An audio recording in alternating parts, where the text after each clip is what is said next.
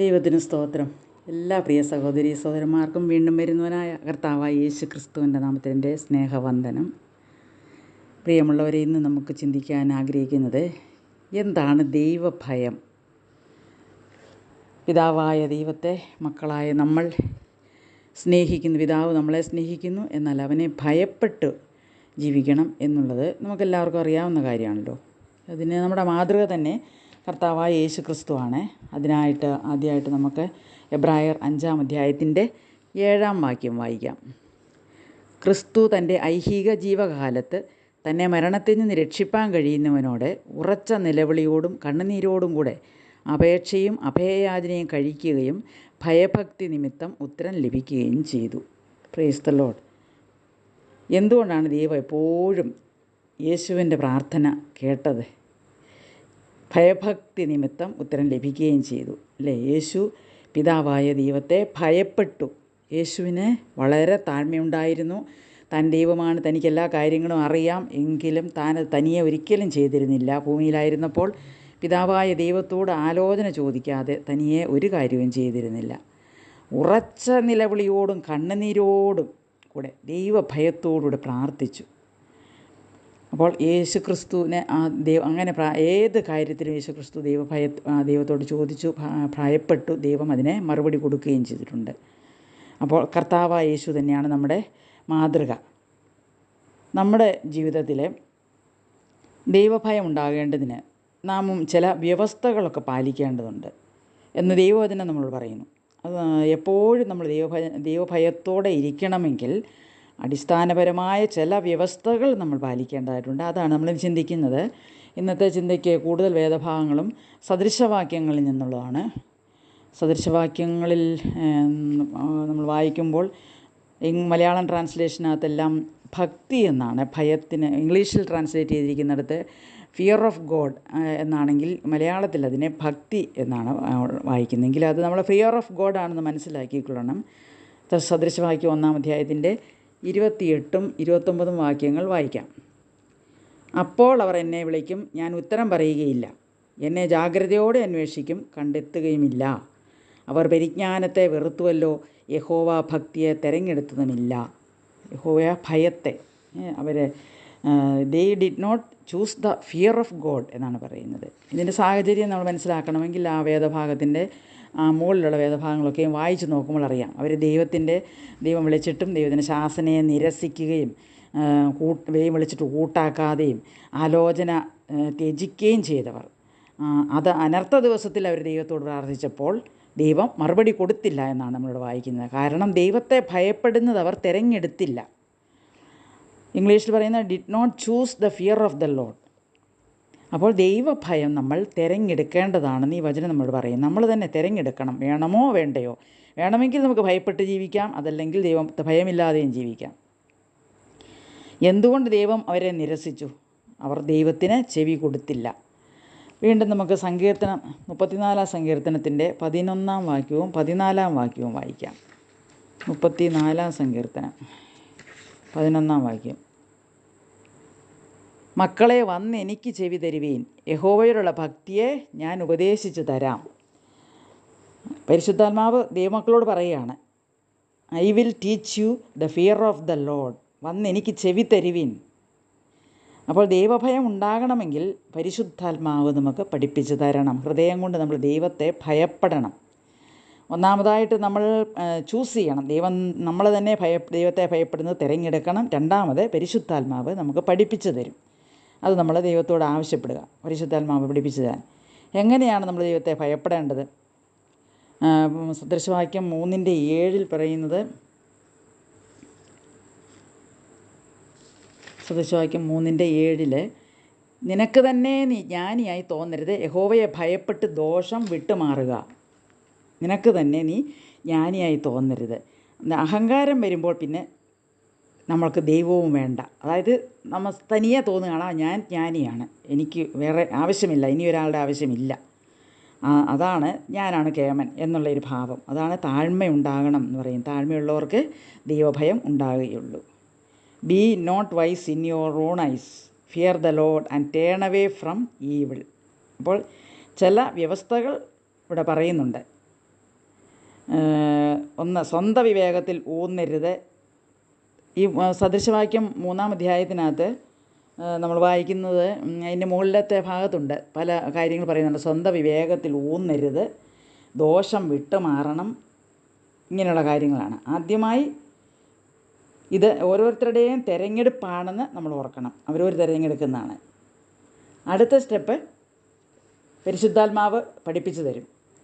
പരിശുദ്ധാത്മാവിന് മാത്രമേ യഹോവയെ ഭയപ്പെടുവാൻ നമുക്ക് പഠിപ്പിച്ചു തരുവാൻ കഴിയുള്ളൂ എന്ന് ദൈവവചനം പറയുന്നു. നിങ്ങൾ പരിശുദ്ധാത്മാവിൻ്റെ അഭ്യസനത്തിന് കീഴടങ്ങണം. അപ്പോൾ ദൈവഭയം ഉണ്ടാകുന്നതിനുള്ള അടിസ്ഥാന കാര്യങ്ങൾ: ഒന്നാമത്, സ്വന്തം ബുദ്ധിയിൽ ആശ്രയിക്കരുത്, ദോഷം വിട്ടുമാറുക എന്നുള്ളതാണ്. വീണ്ടും നമുക്ക് ഇയ്യോബിൻ്റെ പുസ്തകം 28-ാം അധ്യായത്തിൻ്റെ 28-ാം വാക്യം നോക്കാം.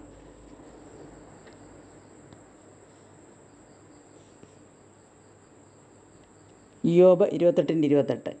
കർത്താവിനോടുള്ള ഭക്തി തന്നെ ജ്ഞാനം, ദോഷം അകന്നു നടക്കുന്നത് തന്നെ വിവേകം. കർത്താവിനോടുള്ള ഭക്തി ആണ് ജ്ഞാനം. അതായത് ഭയമാണ് ജ്ഞാനം. ദോഷം അകന്നു നടക്കുന്നത് തന്നെ വിവേകം. അതായത് ഇംഗ്ലീഷിൽ പറയുന്ന behold the fear of the Lord that is wisdom and to turn away from evil is understanding. ജ്ഞാനം എന്താണ്? ദൈവത്തോടുള്ള ഭയം. വിവേകം ദോഷം വിട്ടകന്ന് നടക്കുന്നത്. ഈ രണ്ട് കാര്യങ്ങളാണ് പറഞ്ഞിരിക്കുന്നത്. സങ്കീർത്തനങ്ങൾ 25-ൻ്റെ 12-ാം വാക്യം. സങ്കീർത്തനങ്ങൾ 25-ൻ്റെ 12.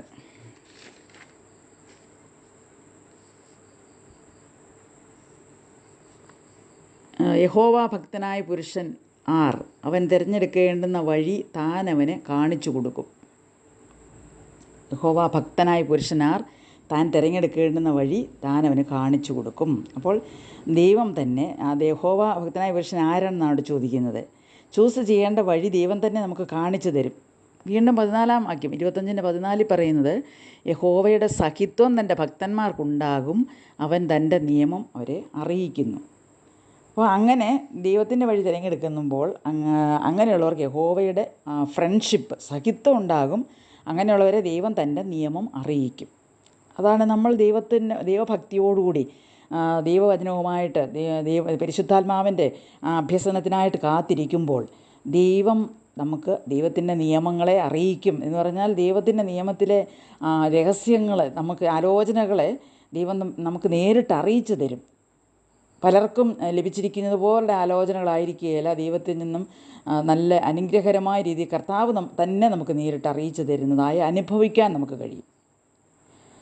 അപ്പം അതായത് തിരഞ്ഞെടുക്കുന്നവരെ ദൈവം പഠിപ്പിക്കും.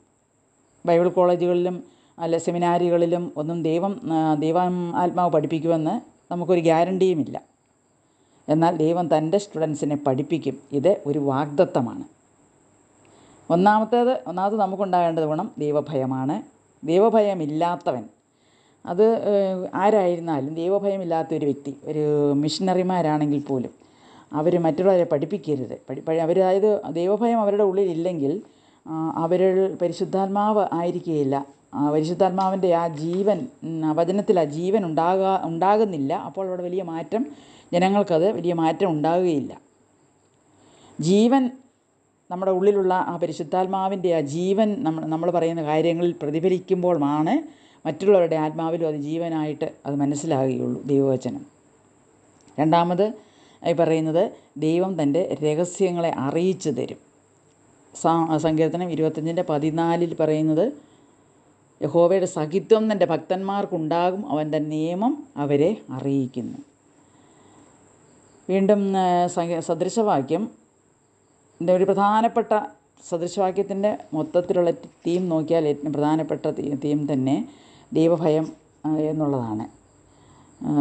ഇത് 10-27 നമുക്ക് വായിക്കാം. സദൃശവാക്യം 10-27. യഹോവ ഭക്തി ആയുസ്സിനെ ദീർഘമാക്കുന്നു, ദുഷ്ടന്മാരുടെ സംവത്സരങ്ങളോ കുറഞ്ഞു പോകും. യഹോവ ഭക്തി യഹോവയോടുള്ള ഭയം ആയുസ്സിനെ ദീർഘമാക്കുന്നു. The fear of the Lord prolongs life, but the years of the wicked will be short. അപ്പോൾ അത് നമുക്ക് നിത്യജീവൻ വരെ നമ്മളെ കൊണ്ടുപോകുന്നതാണ് യഹോവയോടെയുള്ള ഭക്തിയോടെ ഇരിക്കുന്നവർക്ക്. എന്നാൽ ഭക്തിയോടെ ഇല്ല എങ്കിൽ അവരുടെ ജീവിതം ഈ ഭൂമി കൊണ്ട് അവർക്ക് നിത്യജീവൻ, അനുഗ്രഹകരമായൊരു ജീവനിലേക്ക് അവർക്ക് പ്രവേശിക്കാൻ കഴിയുകയില്ല. വീണ്ടും സദൃശവാക്യം 14-ാം അധ്യായത്തിൻ്റെ 26-ാം വാക്യം, 14:26.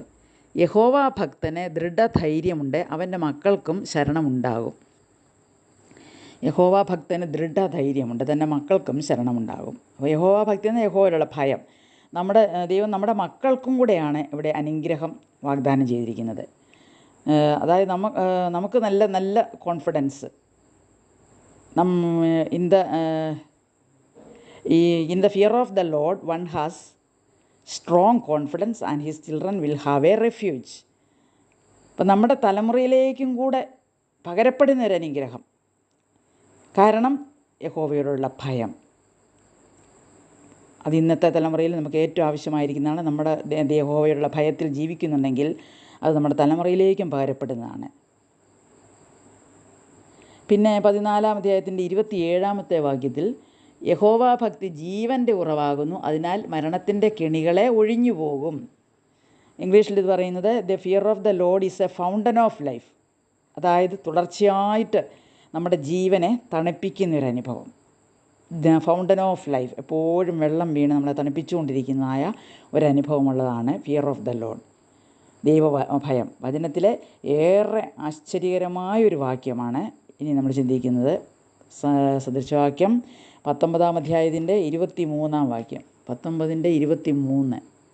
യഹോവ ഭക്തി ജീവഹേതുകമാകുന്നു, അതുള്ളവൻ തൃപ്തനായി വസിക്കും, അനർത്ഥം അവന് നേരിടുകയില്ല.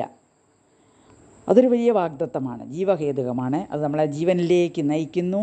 അതുള്ളവൻ തൃപ്തനായി വസിക്കും, അതായത് ദുഷ്ടൻ നിന്നെ തൊടുകയില്ല.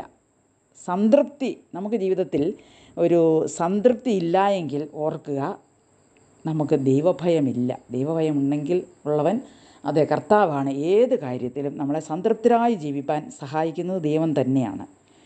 ഉദാഹരണം, നമ്മുടെ ഒരു ക്ലൈമറ്റ് ചേഞ്ച് വരുമ്പോൾ തന്നെ നമ്മൾ പലപ്പോഴും പരാതിപ്പെടുന്നവരാണ്. മഴ കൂടിപ്പോയാൽ നമ്മൾ പരാതി പറയും, ചൂട് കൂടിയാൽ പരാതി, നമ്മൾ താമസിക്കുന്ന സ്ഥലത്തെക്കുറിച്ച് പരാതി.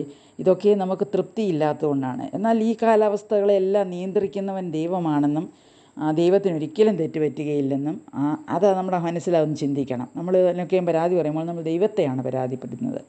സംതൃപ്തി ഇല്ല എങ്കിൽ ഓർക്കുക, നമുക്ക് ദൈവത്തെ ഭയമില്ലാത്തത് കൊണ്ടാണ്. ഒരു മനുഷ്യനെ കൊണ്ടും ഇതിനൊന്നും മാറ്റം വരുത്തുവാൻ സാധ്യമല്ല. അതുകൊണ്ട് തന്നെ ഏത് സാഹചര്യത്തിലും സംതൃപ്തരായിട്ട് ജീവിക്കുവാൻ നമ്മൾ പഠിക്കുക. വീണ്ടും സദൃശവാക്യം 22:4. താഴ്മയ്ക്കും യഹോവഭക്തിക്കുമുള്ള പ്രതിഫലം ധനവും മാനവും ജീവനുമാകുന്നു. നമ്മൾ താഴ്മയോടെയും ദൈവഭയത്തോടെയും ജീവിക്കുന്നതിനൊരു പ്രതിഫലം ദൈവം ധനം, മാനം, ജീവൻ, ഇവ മൂന്നും നമുക്ക് തരാം എന്നാണ് പറഞ്ഞിരിക്കുന്നത്. തരും, അത് സംശയമില്ലാത്ത കാര്യമാണ്. ഇവയൊന്നും നമ്മൾ അർഹിക്കുന്നത് കൊണ്ടല്ല, അത് നമ്മൾ അതിനുവേണ്ടി ആഗ്രഹിച്ച് അതിനുവേണ്ടി പ്രയത്നിച്ച് മേടിച്ചിട്ടുമല്ല, ചോദിച്ച് മേടിക്കുന്നതുമല്ല. എന്നാൽ നീ യഹോവ ഭക്തിയോടിരുന്നാൽ ഇവയെല്ലാം നിനക്ക് തരും.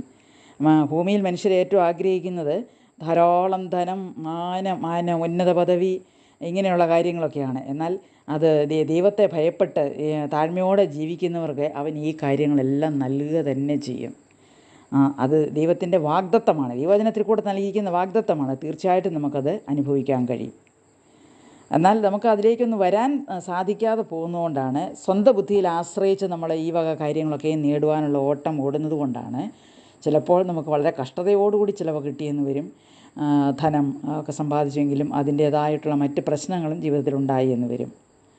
എന്നാൽ ചില സമയങ്ങളിൽ നമുക്ക് കാണാം, ചില മനുഷ്യർ വളരെയധികം അങ്ങ് ആഹ്ലാദിക്കും, ഒരുപാട് എക്സ്ട്രീമാണ്.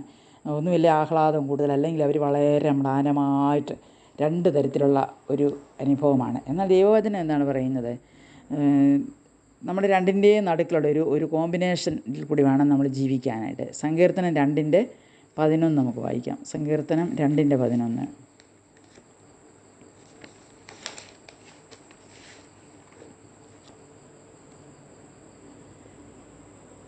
ഭയത്തോടെ യഹോവയെ സേവിപ്പീൻ, വിറയലോടെ ഘോഷിച്ചുല്ലസിപ്പീൻ. ഭയത്തോടെ യഹോവയെ സേവിപ്പീൻ. വിറയലോടെ ഘോഷിച്ചുല്ലസിപ്പിൻ. നമുക്ക് ഘോഷിച്ചുല്ലസിക്കാം, നമുക്ക് സന്തോഷിക്കുന്നതിനൊരു വചനം എതിര് പറയുന്നില്ല. എന്നാലത് വിറയലോടെ വേണം. എന്ന് പറഞ്ഞാൽ നമ്മൾ ദുഃഖിതരായിട്ട് മാനമായിട്ടിരിക്കാനല്ല, നമുക്ക് സന്തോഷിക്കാം എന്നുള്ള അവകാശമുണ്ട്. അമിത സന്തോഷത്തിന് അമിത നിരാശയുടെ ഇടയിലുള്ള അതിൻ്റെ ഒരു കോമ്പിനേഷനാണ്. അതായത് വിറയലോടെ, ഭയപ്പെടുമ്പോഴാണ് നമുക്ക് വിറയലുണ്ടാകുന്നത്. ദൈവത്തെ ഭയപ്പെടുമ്പോഴാണ് ഒരു വിറയലിൻ്റെ അനുഭവം ഉണ്ടാകുന്നത്. യെശയ്യാ 66:1-2 വാക്യങ്ങൾ നമ്മൾ വായിക്കുമ്പോൾ അതിനകത്ത് ഇങ്ങനെ എഴുതിയിട്ടുണ്ട്, എൻ്റെ വചനത്തിങ്കിൽ വിറയ്ക്കുന്നവനുമായ മനുഷ്യനെ ഞാൻ കടാക്ഷിക്കുമെന്ന്. അപ്പോൾ അതാണ് ദൈവത്തോടുള്ള ആ ഭയത്തെയാണ് നമ്മളിവിടെ കാണുന്നത്.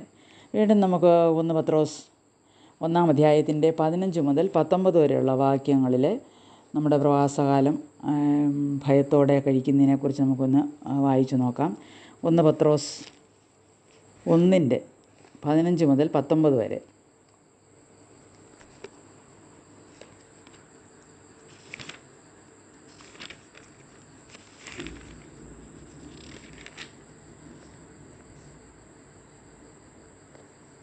നിങ്ങളെ വിളിച്ച വിശുദ്ധനൊത്തവണ്ണം അനുസരണമുള്ള മക്കളായി എല്ലാ നിരപ്പിലും വിശുദ്ധരാകുകയും ഞാൻ വിശുദ്ധനാകയാൽ നിങ്ങളും വിശുദ്ധരായിരിപ്പീൻ എന്നെഴുതിയിരിക്കുന്നുവല്ലോ.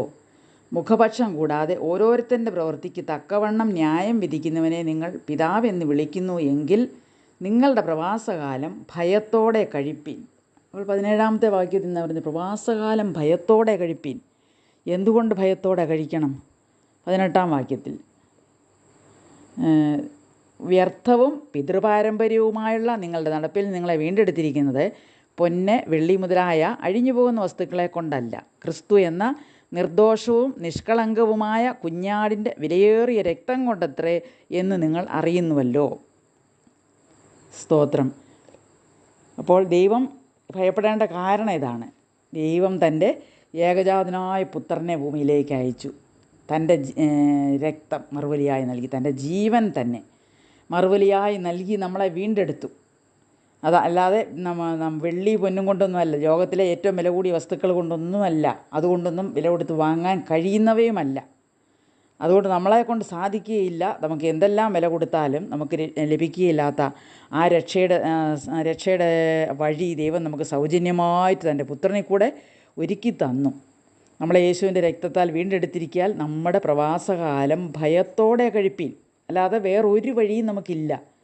ഈ ഭൂമിയിൽ നമ്മളായിരിക്കുമ്പോൾ കർത്താവേ നീ എനിക്ക് പകരക്കാരനായിട്ട് മരിച്ചല്ലോ എന്നുള്ള നന്ദിയുള്ള ഹൃദയത്തോടെ നമ്മൾ ദൈവത്തിന്, കർത്താവിൻ്റെ വരവിന് വേണ്ടി നമ്മൾ ഭയത്തോടെ ജീവിക്കണം.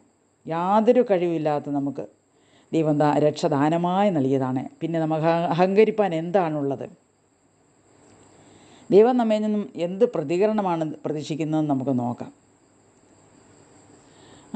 സദൃശവാക്യം 2-ാം അധ്യായത്തിൻ്റെ 1 മുതൽ 5 വരെയുള്ള വാക്യങ്ങൾ. സദൃശവാക്യം 2, 1 മുതൽ 5.